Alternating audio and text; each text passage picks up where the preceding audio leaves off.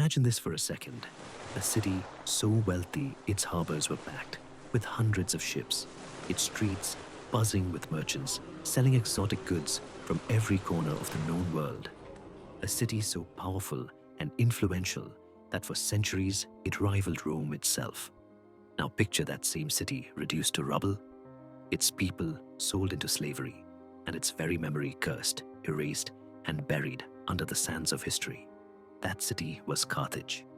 And in one of the most ruthless wars of the ancient world, Rome made sure it would never rise again. But here's the crazy part. This wasn't the first time the two powers had clashed.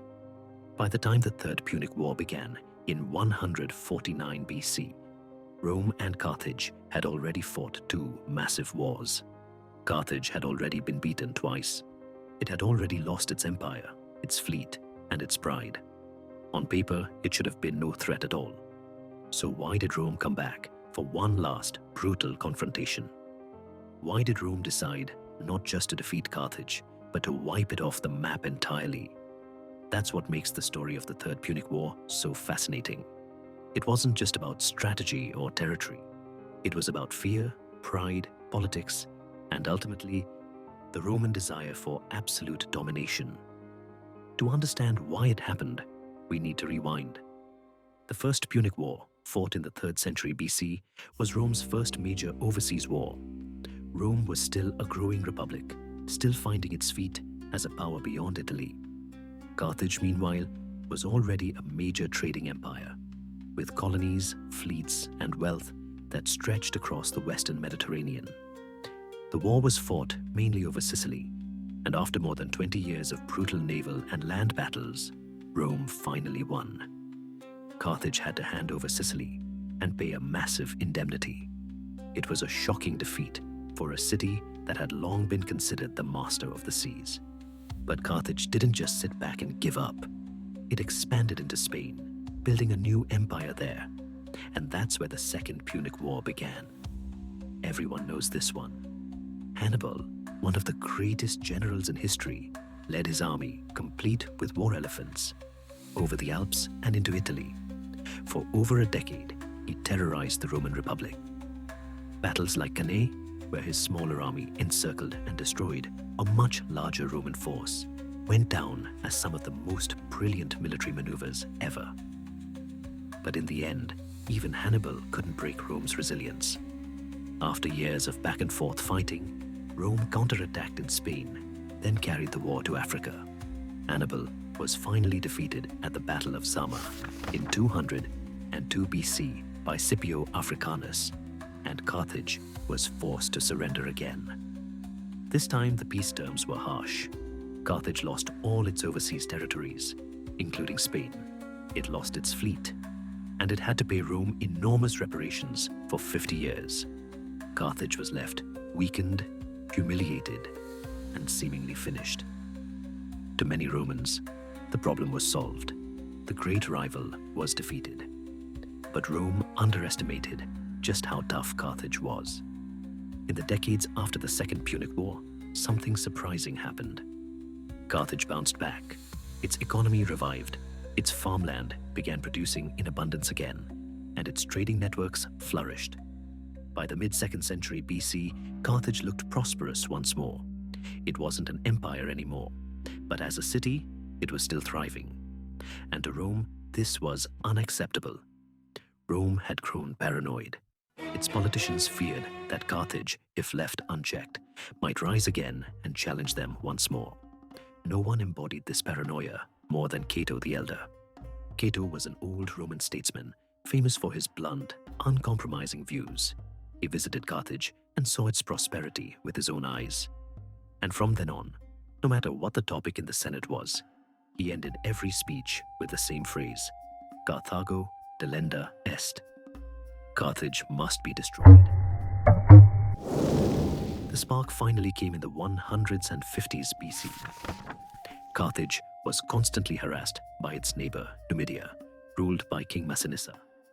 Massinissa had been Rome's ally in the Second Punic War, and Rome let him expand freely at Carthage's expense. He raided Carthaginian lands, seized territory, and humiliated them. Carthage complained to Rome, but Rome did nothing. Eventually, Carthage had had enough. In 151 BC, it fought back against Numidia, and that was the opening Rome needed. By fighting without Rome's permission, Carthage had broken the treaty. Rome declared war.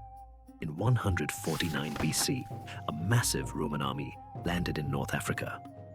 Carthage tried to avoid conflict at first. Its leaders sent envoys to negotiate. Rome demanded they surrender weapons. Carthage complied, handing over more than 200,000 sets of armor, 2,000 catapults, and countless swords and spears. But then Rome revealed the final demand. The people of Carthage were to abandon their city and move inland, at least 10 miles from the sea. For a city whose lifeblood was trade, whose very identity was tied to its harbor, this was suicide. The Carthaginians were outraged. Rome wasn't asking for peace. Rome was asking for death. And so Carthage made its choice. If it was going to die, it would die fighting. The siege of Carthage began. The city's defenses were formidable. Its walls stretched more than 30 feet high, strengthened with towers, and ringed around the city for miles. Inside, the population mobilized like never before. Temples and public buildings were stripped to provide materials for weapons. Women cut their hair to make ropes for catapults. Blacksmiths forged swords day and night. Even children carried stones to the battlements. This wasn't just an army defending the city. It was the entire population. The first Roman assaults failed. Carthaginian defenders hurled flaming projectiles from the walls, launched counterattacks, and fought with desperation.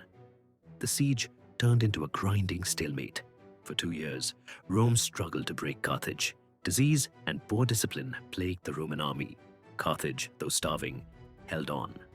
In 147 BC, the tide began to turn.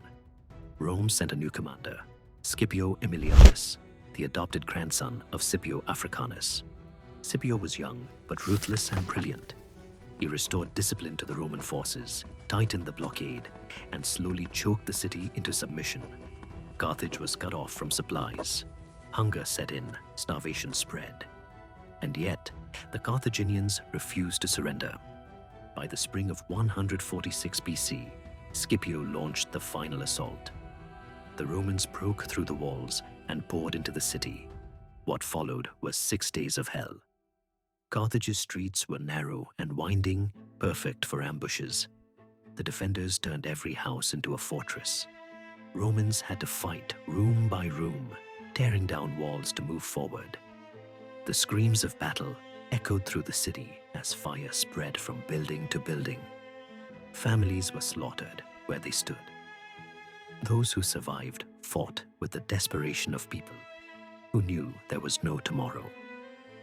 The final resistance gathered in the Temple of Eshmun, dedicated to the god of healing.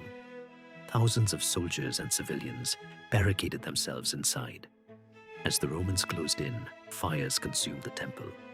Many Carthaginians chose to burn alive rather than be taken prisoner. When the smoke cleared, Carthage was gone. 50,000 survivors, men, women, and children, were marched away in chains, sold into slavery. The once great city was reduced to ruins. Its harbor was destroyed, its walls torn down, its buildings set aflame. Ancient writers later claimed that the Romans sowed the earth with salt so that nothing would ever grow there again.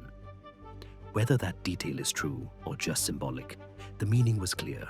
Carthage was to be erased forever. The war had lasted just 3 years, but its consequences were immense. With Carthage destroyed, Rome no longer had a rival in the Western Mediterranean. Sicily, Spain, and North Africa were all firmly in Roman hands. The Mediterranean Sea, once called Mare Nostrum by the Romans, our sea, was now their playground. But more than territory, the Third Punic War revealed something new about Rome. In the earlier Punic Wars, Rome fought for survival. Hannibal had nearly crushed the Republic. Victory then was about staying alive. But by the Third Punic War, Carthage was no real threat.